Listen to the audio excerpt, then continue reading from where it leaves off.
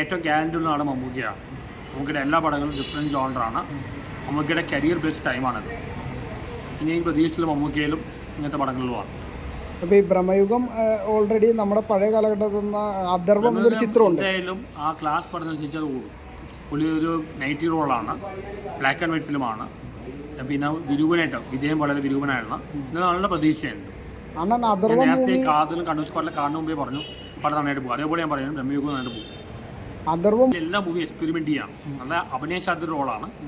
ഇതേ mass film വരുന്നുണ്ട്, turbo bazooka എല്ലാം ഡിഫറെന്റ് ജോണർ ചെയ്യുമ്പോൾ മമ്മൂക്കയാണ്. മമ്മൂക്കയുടെ ശ്രദ്ധ പോയ സിനിമയിലാണ്. ലാലേട്ടൻ്റെ നേരിടാണ് മൂവിയായിരുന്നു, വേറൊന്നും ശരിയായില്ല. ലാലേട്ടൻ ഇപ്പോൾ ഇപ്പോഴത്തെ ഓഡിയൻസിന് ഒരു പൾസ് മനസ്സിലാവുന്നില്ല. പുള്ളി ഇപ്പോഴും പഴയ ഒരു കാലഘട്ടത്തിൽ ജീവിക്കും. 80s 90s ലാലേട്ടനായിരുന്നു. ഇപ്പോൾ ആരും എത്തില്ല. 80s 90s ആണ് ലാലേട്ടനാണ്, അല്ല ഇപ്പോൾ മമ്മൂക്കയാണ്.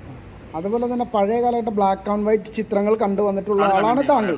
അപ്പോൾ അതിൽ നിന്ന് മാറി ഇന്നിപ്പോൾ കളർഫുള്ളും ഭയങ്കര ടെക്നോളജി കാലത്തിലൂടെ സിനിമ സഞ്ചരിക്കും. അത്തരം കാലഘട്ടത്തിൽ ഒരു ബ്ലാക്ക് ആൻഡ് വൈറ്റ് ചിത്രം വരികയാണ്. അപ്പോൾ മമ്മൂട്ടി എന്നൊരു വെറൈറ്റിയാണ്. എപ്പോഴും കളർ കാണുമ്പോൾ ഒരു ബ്ലാക്ക് ആൻഡ് വൈറ്റ് കാണുമ്പോൾ നമുക്ക് പുതിയ അനുഭവമാണ്. അതിൽ എക്സ്പെരിമെന്റ് ആണ്. കാതലിൽ മമ്മൂട്ടി ഒരു എന്ത് എക്സ്പെരിമെന്റാണ് ചെയ്താൽ ഒരുപാട് എക്സ്പെരിമെന്റ് ചെയ്യുന്നുണ്ട്. പണ്ട് കമലഹാസൻ ചെയ്തുപോലെ. അപ്പോൾ ഇത് മമ്മൂട്ടി എന്ന സ്റ്റാർഡം ഉള്ളത് കൊണ്ടാണ് ഇപ്പോൾ ഒരു ബ്ലാക്ക് ആൻഡ് വൈറ്റ് ചിത്രം ഈ പ്രേക്ഷകരിലേക്ക് എത്താൻ പോകണം. അപ്പോൾ മമ്മൂട്ടി എന്ന സ്റ്റാർഡത്തെ അനുഭവമാണ്. നമ്മളെപ്പോഴും ഡിഫറെന്റ് അനുഭവമാണ്.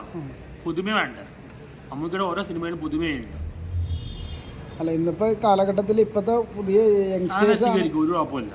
ഒരു ബ്ലാക്ക് ആൻഡ് വൈറ്റ് ചിത്രം സ്വീകരിക്കും. മമ്മൂക്കയുടെ ഒരു പാടും അങ്ങനെ ഭയങ്കര സ്ലോ പേസ് ആവണില്ല. ഇപ്പോൾ വാലിബൻ ഇറങ്ങുമ്പോൾ ഞാൻ ഫ്ലോപ്പാ പറയാൻ കാരണം വളരെ സ്ലോ വീഡിയോ അങ്ങനെ സ്ലോ പേസ് ഒന്നല്ല. എന്ന് പറഞ്ഞാൽ 100 കൂടിയും ക്രോസ് ചെയ്യാൻ പോകില്ല, ആവശ്യത്തിന് കൂടും. ആ ക്ലാസ് പടങ്ങളാണ് എല്ലാവരും അതിനനുസരിച്ച് കൂടും. ഈ മമ്മൂക്കയുടെ ബ്രഹ്മയുഗം ഫാൻസായിട്ട് യാതൊരു കുഴപ്പമില്ല. ഫാൻസ് കുറച്ച് ടോക്സിക്കാണ്. മമ്മൂട്ടി ഫാൻസുകാർ ഞാൻ അന്ന് ആറാട്ടിൽ വയറുള്ള സമയത്ത് അന്ന് മോളെ ഫാൻസാണ് എൻ്റെ കൂടെ പോയത്.